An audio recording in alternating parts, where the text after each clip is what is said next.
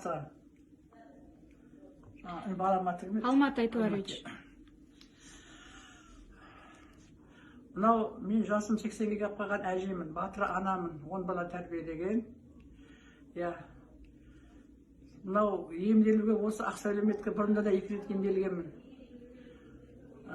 Соны осыған емделгім келеді бірыңғай қазір. Өте мынау жаңағы Алматтың атындағы мынау ашқан клиникасы өте керемет, тәрбиелі.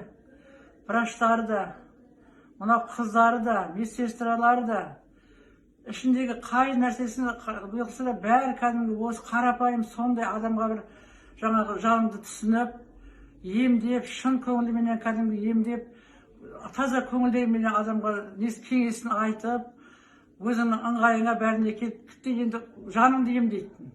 Сондай жаның емделеді бұл жерде. Дәрісі өзінше адамға әрқайсының жылы сөз, әрқайсының әдемі көзқарасы өте енді мен керемет деп айтамын.